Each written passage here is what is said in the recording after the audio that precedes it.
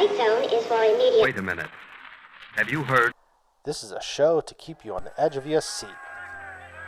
Citizens of America, Welcome to the Radiocast. Hello and welcome to another edition of the Radiocast. This show is a show that we produce here at ECAT after the Old Time Movie and Old Time TV show, where we kind of do a deeper dive and kind of talk about the history of the movie that we showcase each month and kind of give our thoughts about it.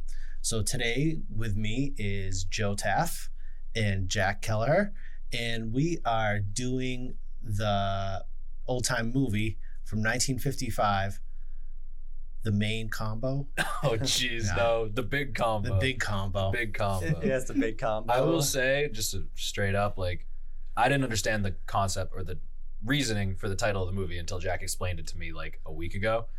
So, can't really blame me for that. No, it definitely was a movie that it fit the time period of 1955 with all the dragnet, Dick Tracy's. Yeah. So it definitely fixed that. The lone cop running the streets, trying to get the mob boss down. But it definitely had its moments that you just started laughing. It's like, yeah, yep, they definitely put this together.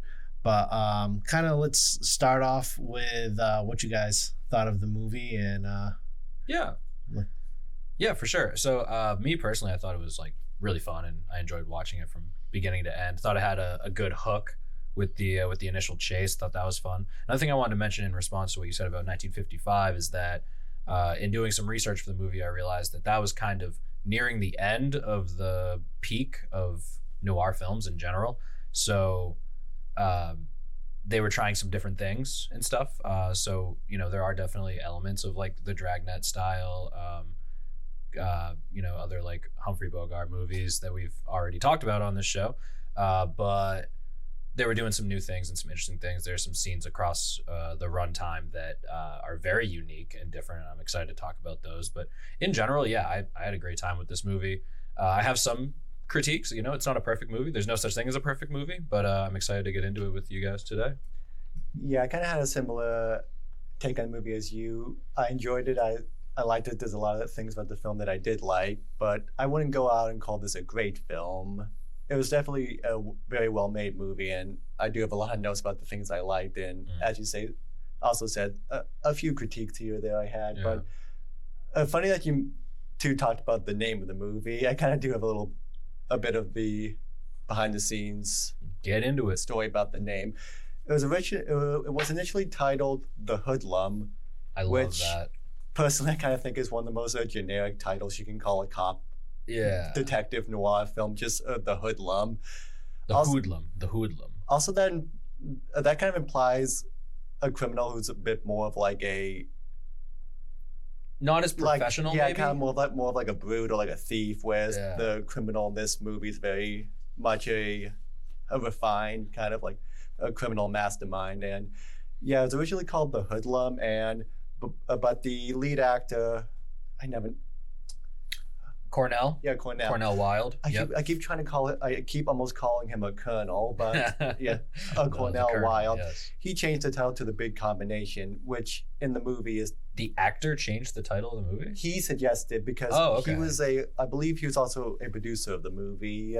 Oh, wow. That's interesting. I didn't know that. Yeah, he suggested changing it to The Big Combination, which in the movie, it's mentioned early on that the combination is the name of Mr. Brown's organization, but... And so that's why it's called The Big Combination. But then the lead actress, Jean Wallace, thought the name was a little too long. So she suggested changing it to The Big Combo as like a shortened title. Wow. And that's how we got the title that we ended up with. Yeah, I feel like you don't see that very often these days where actors are actively contributing to the title of the movie in a way that, you know, sticks. That's kind of interesting. Do we want? There's a few more things about like pre-production that I think we could get into. Like, for example, the shoot was 26 days, which I would say is pretty standard. You know, it's not like a 40, 50, 60-day shoot, but it's also an hour and a half film. So there wasn't as much probably stuff to cover and get through.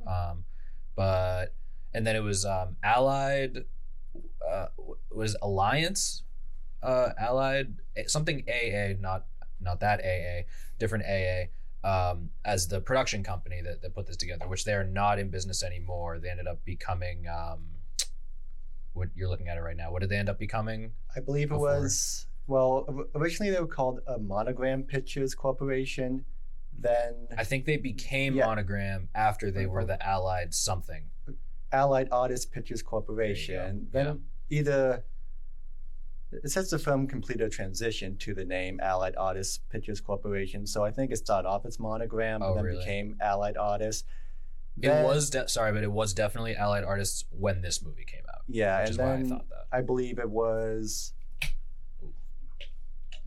It says it lists as successors as Metro or Goldwyn Mayer, Yep. Warner Brothers, Paramount Pictures. So I guess They definitely sold out to the big studios. so. It sounds like the studio just got cut up into little pieces and spread around with the big studios. Or just swallowed. Because wasn't there like a Paramount and Warner Bros. Merger?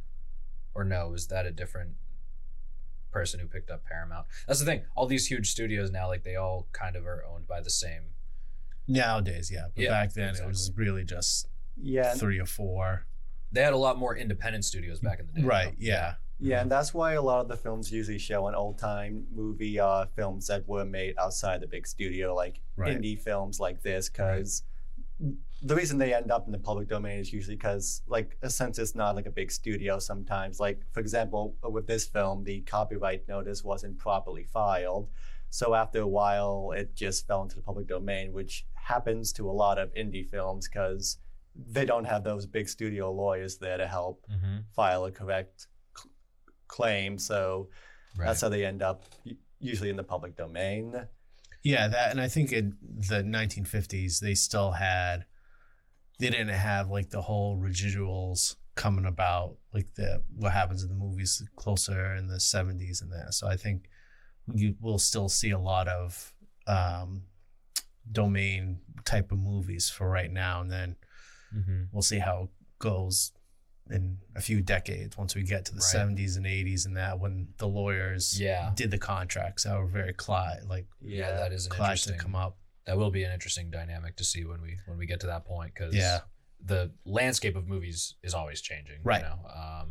Obviously, I think a lot of us would agree we would like to see more independent studios come out and be able to make stuff.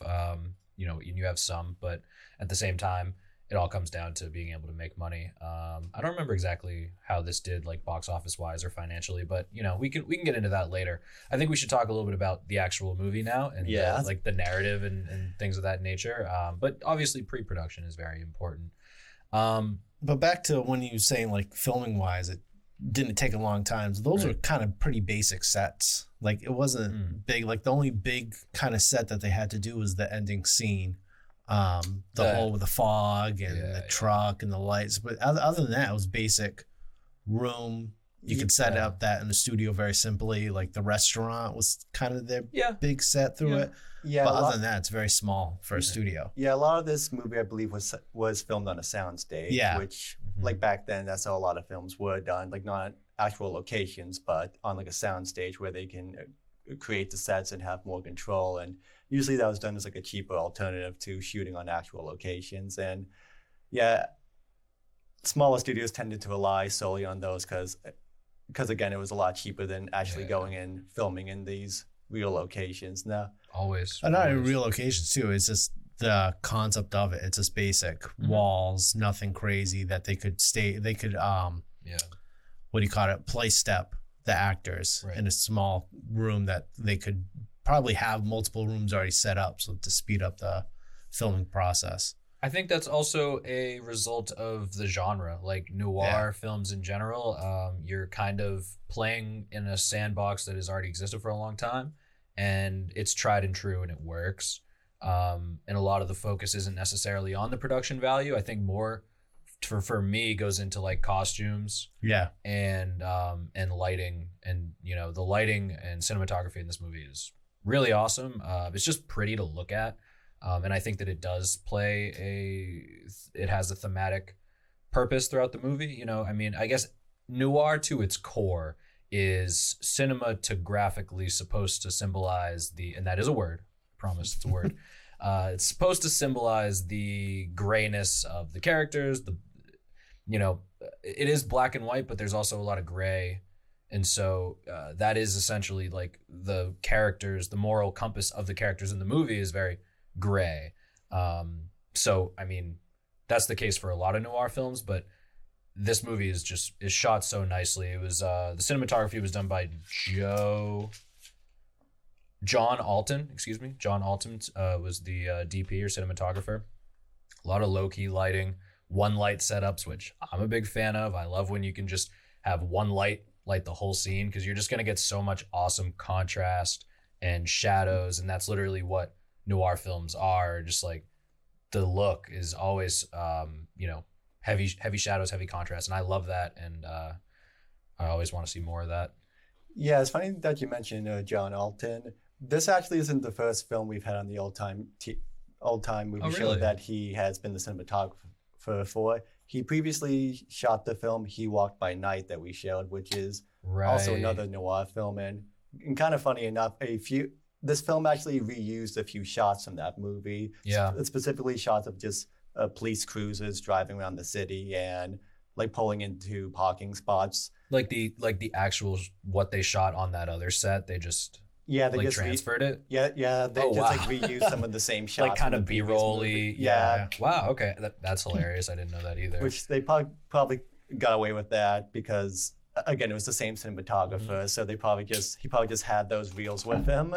Yeah, like you said with the lighting, like a lot of the shots throughout the movie is really good. So when there was like, I wouldn't say off shots, but then there was some shots that kind of stood out just the way they shot it. Like, what was it, the jeweler when he was getting the gun out of the drawer, and just the close up of like how they had to shoot the drawer just seemed out of place. Yeah, and then the whole scene at the end.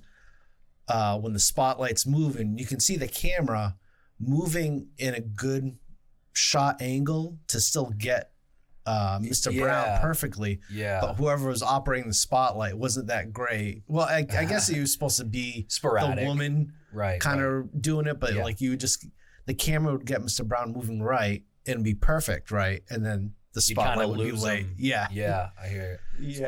Two things on that for me. Like the inserts are interesting because like, insert shots like of the drawer. Yeah. I feel like you always need to light those like more than you think you do when you're on set, because you just want the audience to know what is on screen at that point, where with a lot of other shots like of people, of faces, you can get away with, 50 to 60 to 70% of a character's face being complete darkness in a noir film. But like when you have an insert shot like that where you need to show like what's in the drawer, you can't really like have as much contrast as there is in the whole rest of the movie. Yeah, I don't know if it was just the shot that threw it off, or maybe the continuity of the guy's hand and arm going that made it seem like it was off.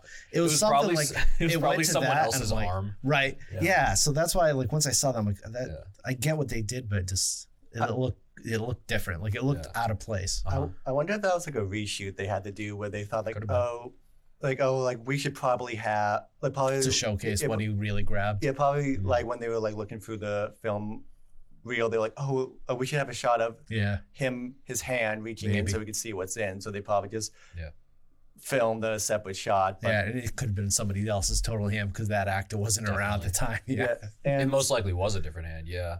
And speaking of cinematography, it's probably time to get into talking about the movie, and actually talk about the visuals is kind of a good way to start, because the opening of this film is with the lead actress, Jean Wallace. Jean Wallace, her character is Susan, basically running through this like labyrinth of a maze that I believe is below a boxing ring, and it's, as you said, it's kind of very well filmed, just the lighting of her, where she's like this blonde woman and just like surrounded by darkness. So she really stands out. And the whole thing of her kind of running through this dark maze is kind of a good metaphor for just her character in this film and just where she is and her standing in life. Light and dark. And just the fact that she's trapped in this dark maze is kind of very metaphorical for her relationship with Mr. Brown and just how she feels in life. So it's a good way of establishing her character and like where she is, like without any dialogue, and she's being pursued throughout this by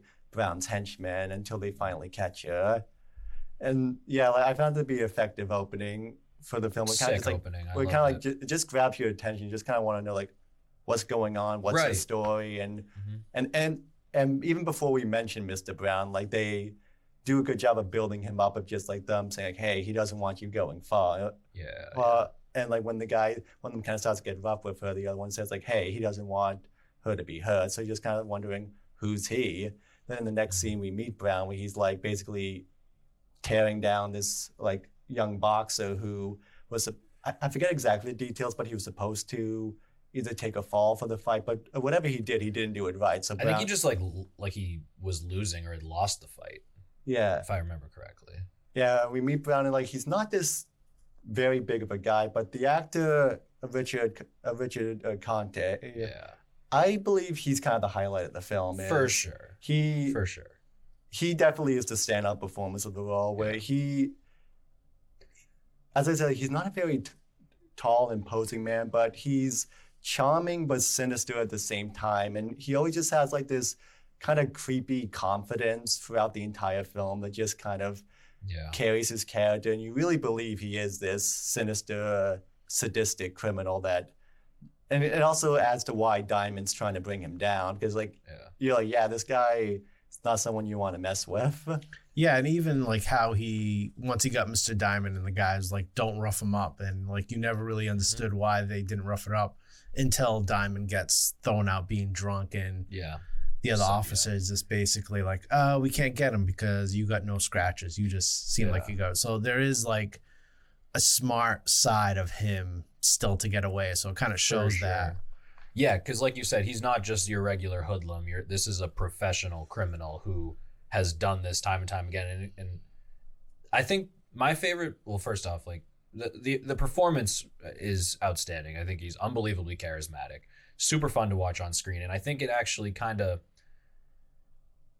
you could argue that it takes away from Cornell Wilde as Diamond because he's just not able to match him in charisma. But at the same time, it almost works well because it's kind of like a yin and yang thing. Like you have like the stoic detective taking on the more charismatic crime boss.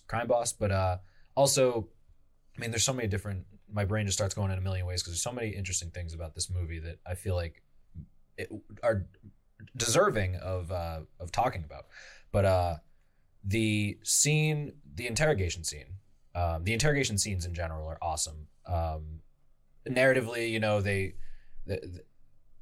I feel like we skipped over a chunk of the plot, but like, you know, if you've already watched the movie, it's fine. You know what happened. But you get to that point where Diamond investigates and interrogates Brown, and it goes like, okay. And he actually probably gets more information out of Brown than Brown ends up getting out of Diamond later on. But that scene where Mr. Brown interrogates Diamond, and make another mention of a character that I really, really enjoyed in this, which was McClure. Mm-hmm. The way that they pulled that off from a filmmaking perspective, I thought was so awesome, and the writing was so interesting, and how they, you know, didn't rough him up, like, but the way they did it, like they still like really did rough him up, like he was in bad shape after. Yeah, they hurt him without leaving any marks. Which, speaking of that scene, I found it to be like it essentially is a torture scene, and it's them torturing him using the hearing aid of McClure. Basically, they're putting the earpiece in Diamond's ear and then just blasting this radio right into it. So he's just kind of blasting his eardrums. Funny enough about the scene, Quentin Tarantino said that scene inspired a scene from Reservoir Dogs. Oh, yeah, which if you've seen that movie, I think you know what scene I'm talking about. Another ear-themed torture scene involving a radio. Yeah, that's so funny. Yeah, involving a cop tied down to a chair. And if you haven't seen that movie, I won't spoil anymore. But let's just say, go see Reservoir Dogs. I mean, obviously, more bad things happen to a guy's ear in that scene, and and this movie did inspire that. And also, and what they do afterwards, where they like take this giant glass of alcohol and just pour it down his throat. Oh, it's just waterboarding. Yeah, but essentially, they do it. They get him wasted, and then they just drop him off at his captain's front door. Yeah. So now everyone will just like, oh, he's just drunk, Right. and then he can't prove anything. And I thought he was gonna get fired. yeah, I thought they were gonna sabotage his job. I was surprised that the captain believed him, because earlier he was doubting him, but I don't know, maybe like all Diamond did was just like, hey, take a look at my ear, and like, Yeah, right. because that probably it probably had to like bleed or something after what they Yeah. did to him. And the whole also backtracking a little, the whole thing of them giving him alcohol. Have you guys seen North by Northwest, the Hitchcock film? No. There's that film came out 4 years after the big combo, and I wonder if Hitchcock took inspiration, because that scene also features a scene where the protagonist is interrogated, and then when it doesn't work out, the villains pour a giant glass of bourbon down his throat to get him drunk, and then they Yeah. let him go. But Yeah. Possibly. so I wondered if that was inspired, because it seemed like a very similar premise, but in North by Northwest, they do it as a means to kill him, because they get him super drunk and then they put him behind the wheel. Jeez. They put him behind the wheel of a car and Yeah. they sabotage the brakes, so it'll look like he died in a drunk driving accident. But Genius. I did find the similarities in that scene. I know when the captain saw him, he kind of was happy that Diamond got drunk. It's like, all right, he can relief. Yeah, right. Relief on him Yeah, as he there's a lot of falls on the funny- ground. A lot of funny moments like that. Another thing that I want to talk about is, I guess this is more like the themes of the movie versus like the narrative and stuff, because I know in 30 minutes it's hard to go over every single plot point, right? It's not what we're here to do. Thematically, I thought that the most interesting aspect of this movie were the power dynamics across characters. From the very beginning, like you said, with Susan, running through this maze and trying to, she's like a silhouette, and visually they do a good job of symbolizing what I'm about to talk about. But all of the characters, there's like a pecking order of power, and Mr. Brown sits right at the top of that, even though morally he's probably the worst of all of them. But you have the dynamic of him and Diamond, which is front and center, right? Like, he's telling him, you wish you were me, you wish you had what I had, you wish you had my girl, but you don't. You make $96.50 a week, and he just keeps like poking him with that one, like $96.50, which I thought was just really an effective and like simple way to continue to push this narrative of like power dynamic. And then you have not only like, you could have just done that and it would have been effective, but all of the characters have this going on, where you have Brown and his henchmen, his goons, which I do want to say their names because I was gonna forget. Fanti and Mingo, which one of them was played by Lee Van Cleef, right? Yeah, Lee Van Cleef. Which is kind of crazy. Yep, famous Western actor. But anyways, they have a dynamic, and also the one I really wanted to mention was him and McClure, because McClure, you can tell throughout the movie, like, thinks that it should be him running the combination, but he's got his hearing deficiency, and he's got a little bit more of a heart in the most simplest terms, where Brown is just like a cold dude, and you definitely get that in the scene where he and Susan are like fighting in their apartment, in her apartment. You get that, and you really see, oh man, this guy's like a sleaze bag.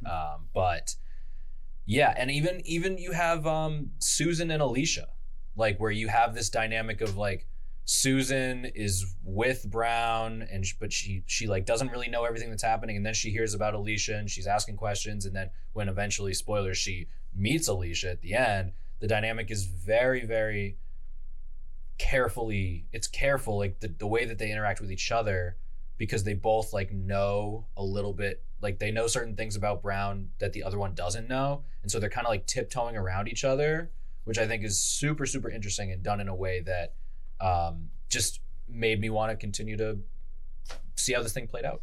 Yeah, Brown and Susan have an interesting dynamic where it's kind of very clear throughout the film that she hates him, but also part of her kind of likes him for how sleazy he is. But she definitely hates him more than she likes him.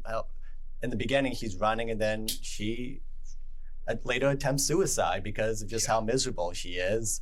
But she kind of and throughout the film, like Diamond, who has a ethnically questionable crush on her, which his boss tends to bring up a lot, keeps trying to get her to turn on Brown, but either through fear or some twisted sense of codependency, she kind of finds it very hard to leave him, which definitely does play into as you talk about the power dynamics and the relationships, which also even the relationship between her and Diamond is interesting because it's not necessarily a romance, I'd call it. There's hints of it, which is interesting because actually Cornel West and Gene Wallace were actually married in real life. No way. Yeah, they were married, which...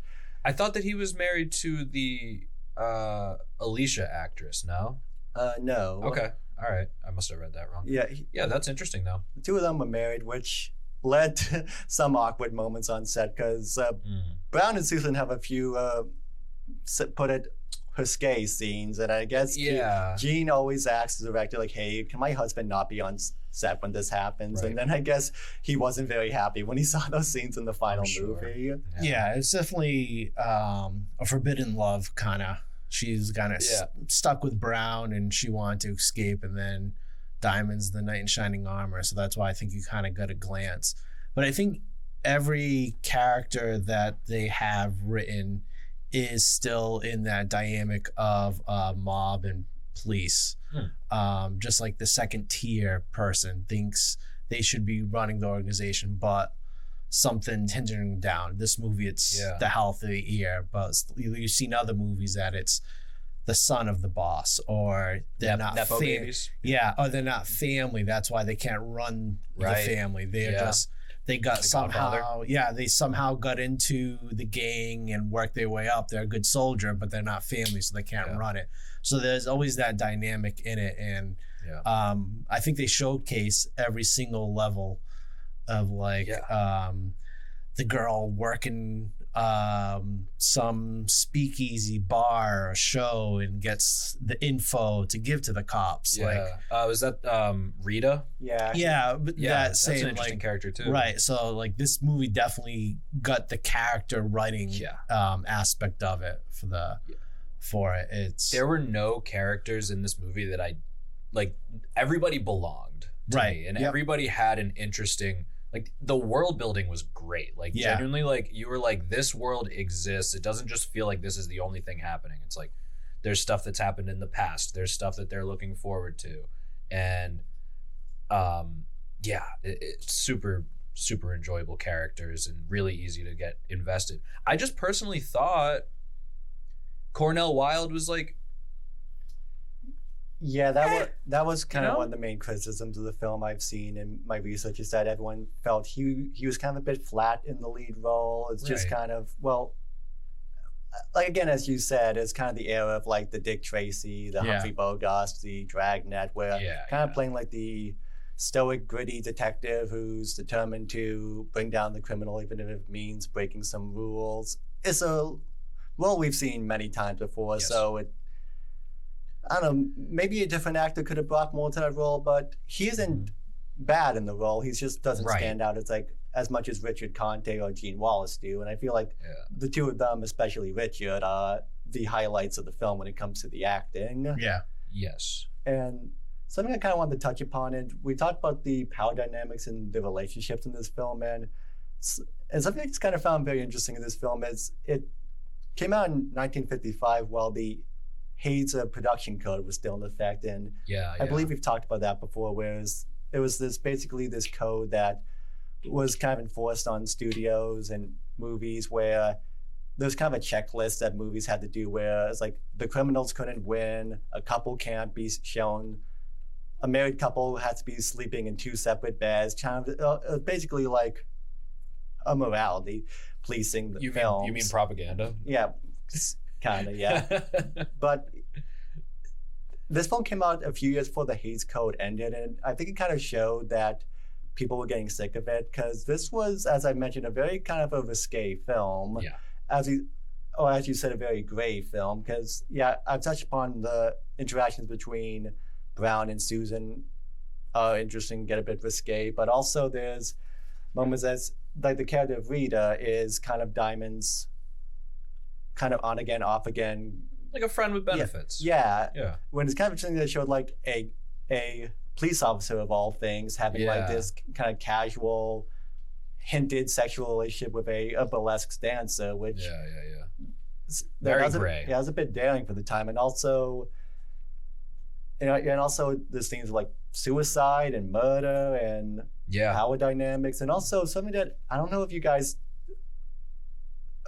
picked up on this, but it was definitely intentional on the film's part that Brown's two henchmen, Fonte and Mingo, they're supposed to be in a relationship themselves. Yeah, they don't flat out come out and say it, but there is a scene where they're like, you can see that they're like living together and sleeping in the same room, and yeah, I mean, I don't know if it was just flat out acknowledged like verbatim in the movie, but at the end it ends up coming down to after Brown blows them up with dynamite, which was insane, that the detective Diamond was able to coerce information out of the one who survived because he used he said, hey, like look at your buddy here. I forget which one died first. I believe Lee Van Cleef died first. Okay, yeah. Is that Fonte died? Yeah, I mean, just the way that he was able to use the emotional connection to get the not information, but get the admittance of guilt out of him, right? Like, he was like, who made you do this? Who made you do this? And finally, he gave it up and said it was Brown. So, super, super interesting. I mean, like, and there were twists along the way, I think, but like getting back to your point, like there was some risque, controversial nature of this movie, and I think that's when not just movies in general, but noir films are like at their best, is when you really don't know like who's in the right. And I think that they played into that so much, and it was so effective. They didn't try to dumb it down or kind of like just touch at it a little bit. Like they really went for it with that, and I thought that was my favorite part of the movie for sure. Yeah, so I know we're up over the 30-minute mark, so I don't know how much longer we want to go. I have a few other things I can talk about. Me too. I mean, I could definitely, there's more like kind of funny stuff. Like I love how they say the word hoodlum. I think that's so funny. Yeah, again, that was the original title for the movie, so that's probably why it's in the script so much. I just always thought it was hoodlum. They're just like hoodlum, which is very funny. The term lush, which is referring to like a drunk woman. Oh, yeah, I thought was pretty funny as well.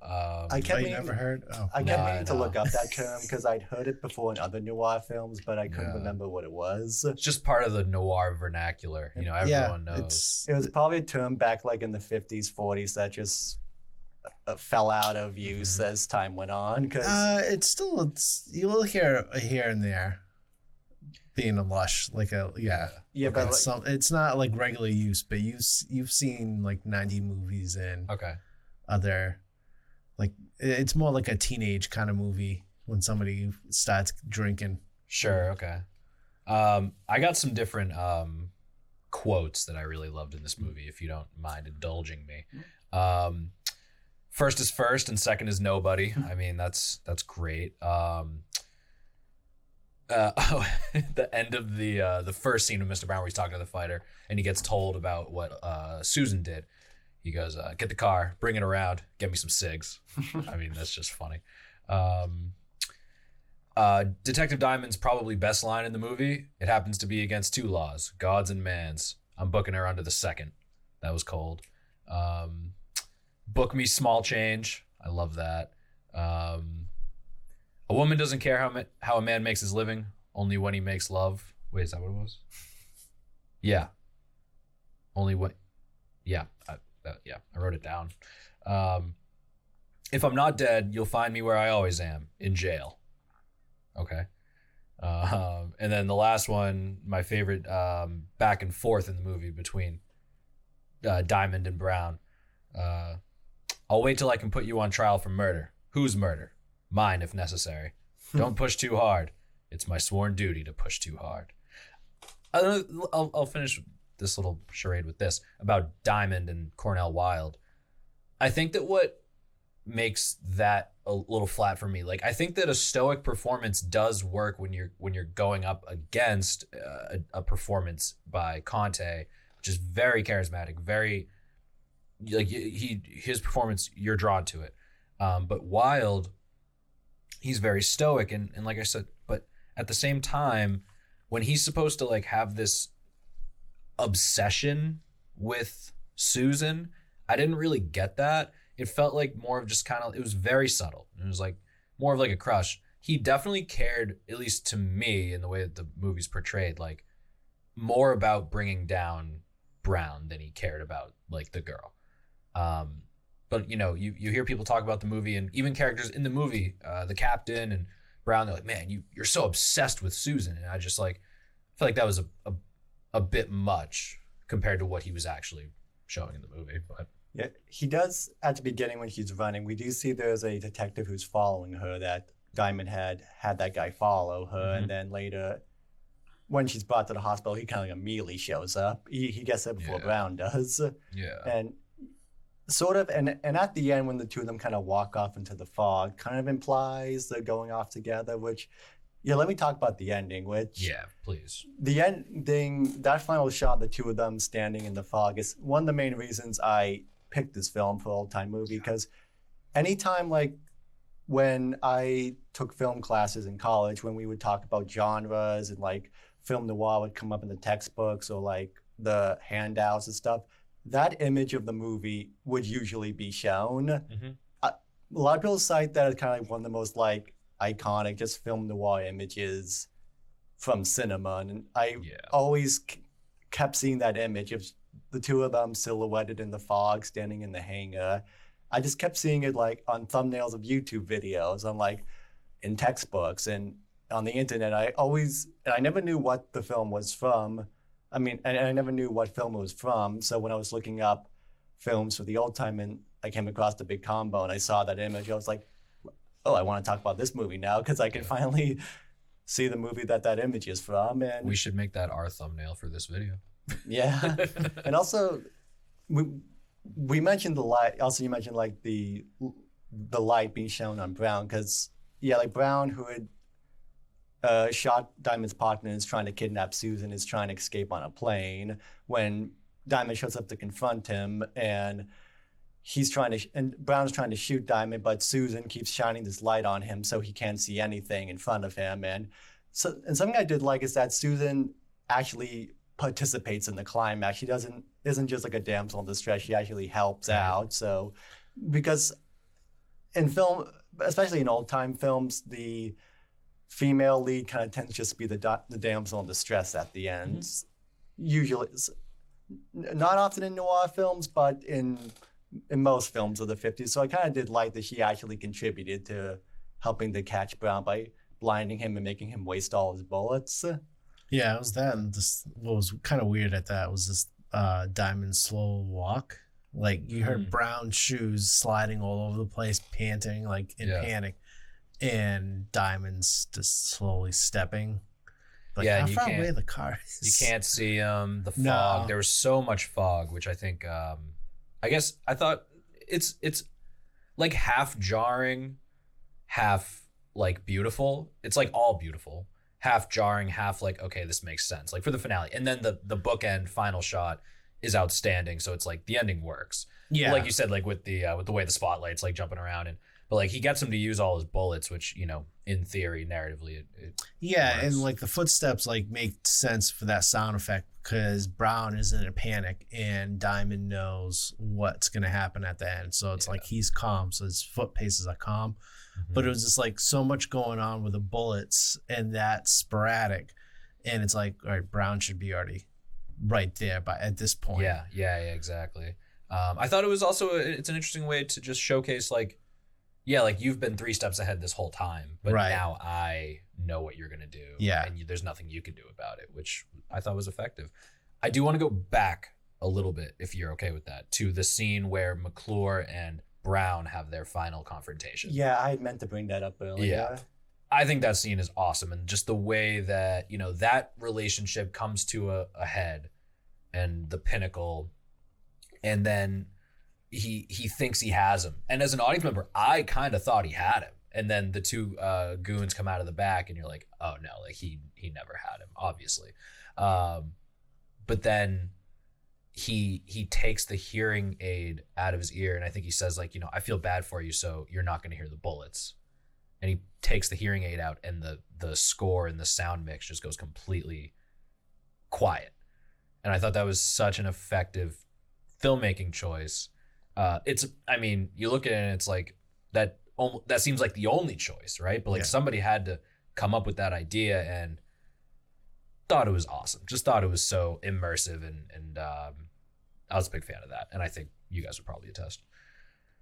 Yeah, I found it to be very effective too. When he takes the hearing aid out, it just goes completely quiet, and we see the guns being fired, but we don't hear anything. And yeah, I found that to be a effective sound choice. I will say one critique I have about the third act of the movie is I feel like it goes on like a little longer than it needed to, which is interesting for a movie that's only an hour and a half. But I feel like there were probably like 10 to 15 minutes before the climax and resolution. There's not much of a resolution really, but like before the final confrontation, it's like there's in between the showdown between McClure and Brown, and then the showdown between Diamond and Brown.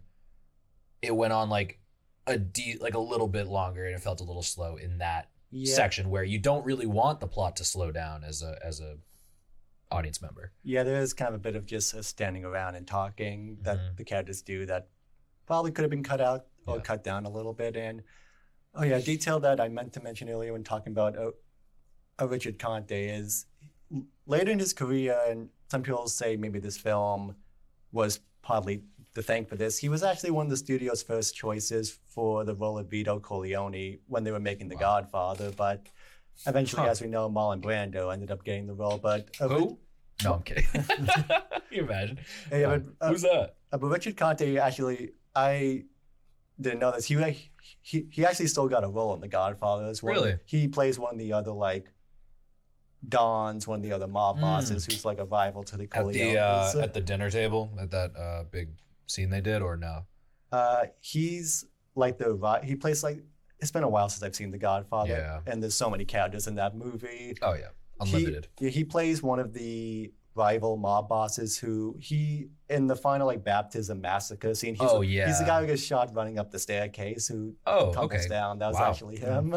That's awesome. Wow. Yeah, he was so good in this movie. I really liked watching him in general, and I wonder what it would have been like if you had a more charismatic detective. Like, I don't even know if that would have worked to the degree that it did, because then I feel like they're facing off against each other, or maybe it just would have made it that much better. It's hard to say. Yeah, I've seen some people say that maybe Richard should have played the role of Diamond instead, because actually a different actor was supposed to play Brown at first. I saw that a lot of the actors in this movie were not the first choice. Yeah, the actor Jack Palance was originally supposed to play Brown, but he left because he wanted them to cast his wife in a supporting role. They wouldn't, so he left. It's kind of funny. It's like, no, we're actually casting, but then they cast Wilde, and he's like, yeah, I want my wife in the movie. They're like, yeah, sure, sounds great. Like, yeah, well, put your wife in the movie and have another guy kiss her for most of the film. Yeah, right. That's your punishment. Maybe that's what he was disagreeing about. But and do we know the relationship between the director and I know, I feel like we haven't even mentioned the director. The director, he was Joseph H. Lewis, who he had a 30-year-long film career, I read, where he mostly did B movies and noir films, and I probably should have looked up if he did any films previously with Wilde, but I didn't see any films that I really recognized. There was one called Gun Crazy, which he did, which I've read about in the past. But yeah, he mostly did noir B movies. He also directed episodes from westerns. He did episodes of the show Bonanza that we previously featured. Right. Yep. And Yep. he actually retired from directing when he was in his 50s, and then he lived until he was 93. Good for him, man. Yeah, he passed away in 2000, I believe. So he had a long life. Yeah. Yeah, I just wasn't sure because I know sometimes directors, that's another way some people get cast for certain roles too, because of the connection with the directors too. Absolutely. So that could have been it. That's like, oh yeah, no, I know your wife. You can let's get her. Yeah, for sure. And plus, probably would be she fits my vision, and then and our budget. In our budget, yeah. Yeah, do us a favor. I think an interesting thing maybe to leave it on is the to finish our discussion is the state of I always like to bring it back to the modern day, and like you don't like noir films, neo-noir films are what they refer to as when they're beyond that time, right? You really don't see any anymore. You see stuff that has noir elements, but no big feature films that studios are putting out are straight up like noir films anymore. And I'd like to know why. I mean, you have so many genres that you still get all kinds of movies made these days, right? Not just, your superhero movies, but like horror has stood the test of time. You got rom-coms, you got different stuff that works. Like, what is it about, like, why wouldn't people go to the movies? I mean, people don't go to the movies anyway, but like, why wouldn't people go and like stream a noir film? Like, mysteries still exist, but I feel like they just don't want to go the route of like the detective thing. The only one I can think of that was even in the 2000s was Sin City. Yeah, there's been, as you said, like neo-noirs are usually the kind of films that we usually see where it's got noir elements, but it's set more in a modern day. There have been like modern, like recent, like old-timey detective movies, but usually none that have ever been truly very successful. Yeah. Though a recent noir, I would consider this a noir film that came out that was good. It was back in 2021. It was called No Sudden Move by Steven Soderbergh. Starred Benicio del Toro, Don Cheadle, David Harbour, John Hamm. It's considered a crime thriller, but I'd call it a film noir. It definitely has a lot of elements of that. So, should send me that. I'd like to check that out. Yeah, I'd say they still do make noir films, but not as like the recognizable kind of noirs, like the detectives with the fedoras, the fog covered sets, the like shadows, and the. I feel like when you take those elements away from it, it's like not a noir anymore. Now it's just a thriller or like a crime thriller. Like, what was that one? I didn't see it, but the one that had like Denzel, Rami Malek, and Jared Leto.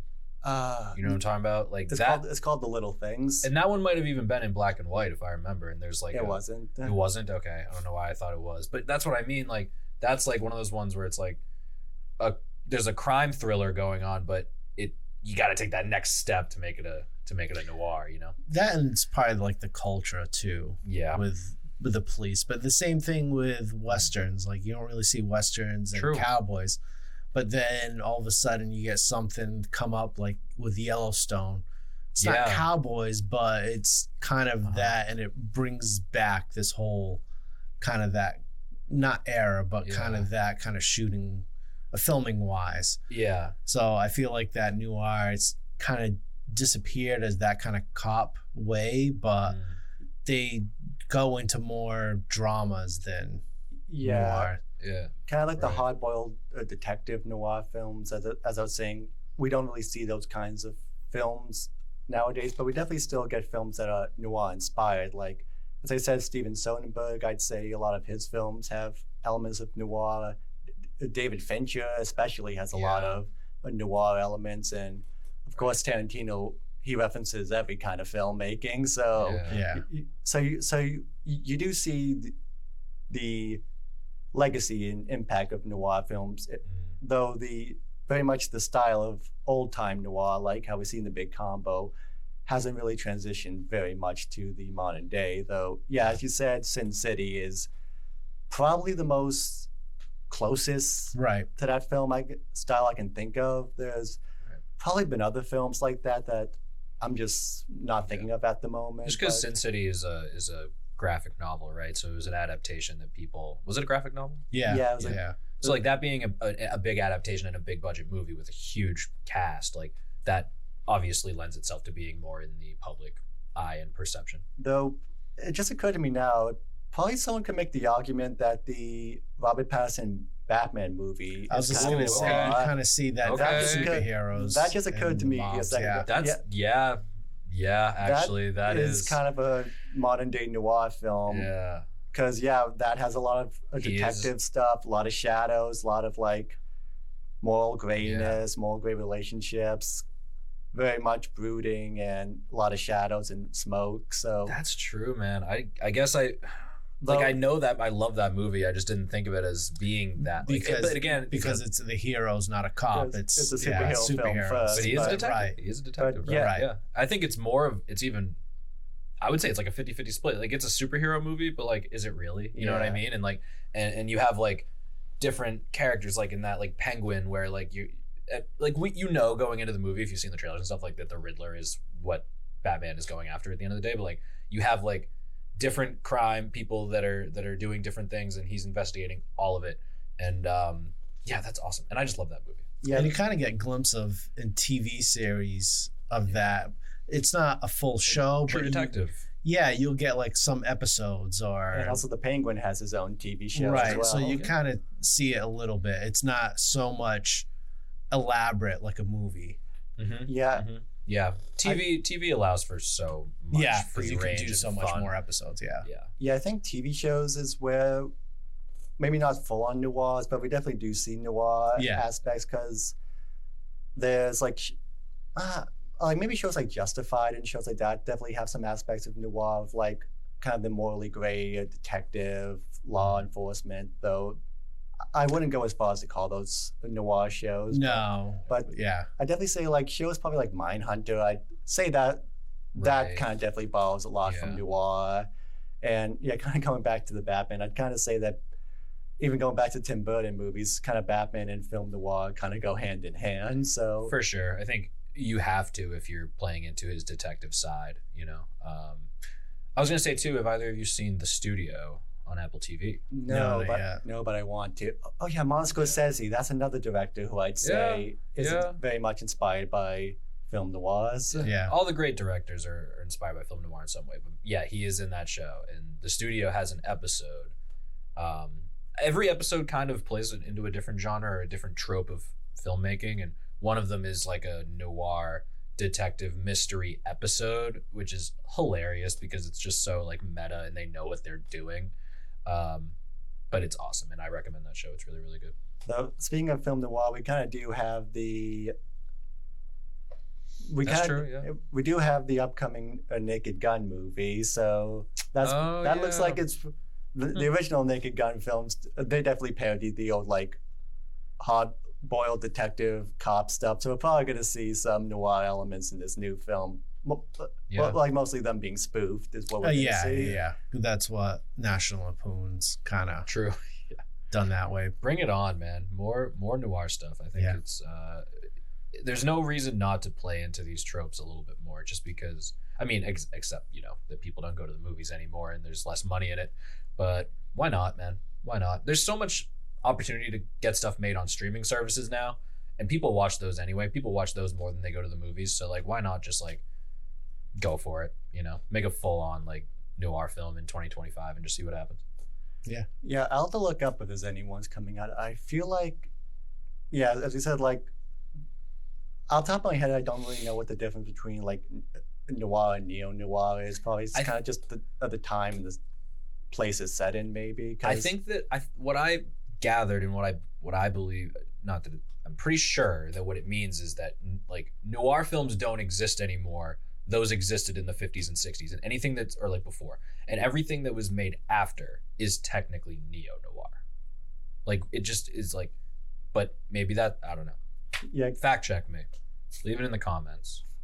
yeah, because I know like people say that like the film like that came out a while ago, Hell or High Water, with I don't know if you saw that film. I would highly recommend that film. It's considered like a neo-Western film where Yeah. it's kind of a Western movie set in the modern day because it follows like a couple of bank robbers and Who's in that? It's Chris Pine. it's Chris Pine, Okay. Jeff Bridges. Yeah. It's directed by was it Denis Villeneuve? No, he just produced it. Oh, okay. No, he directed Sicario, which was written by the guy who directed Hell or High Water. That's also Sicario. Gotcha. I'd call that kind of a bit of a film noir as well. A little bit. I mean, you have stuff that Yeah. has detectives and a mystery, but it's like I feel like you just gotta go. Like that's like to me, that's just like 1 foot in, 1 foot out. It's like at some point you just gotta go black and white, heavy contrast, rain, the music, like the whole nine. Femme fatale, whole nine. Just go for I it. was gonna say because you brought up Martin Scorsese, it's not black and white, but you saw some scenes in The Departed that was kind of in that era with the smoke and the angles and that. Also, That's true. Also, Shutter Island has a lot Right. of noir aspects as well. So, Yeah. it's a genre that's not necessarily still around in full force, but it's still use here. we and there. still see its legacy and influence nowadays.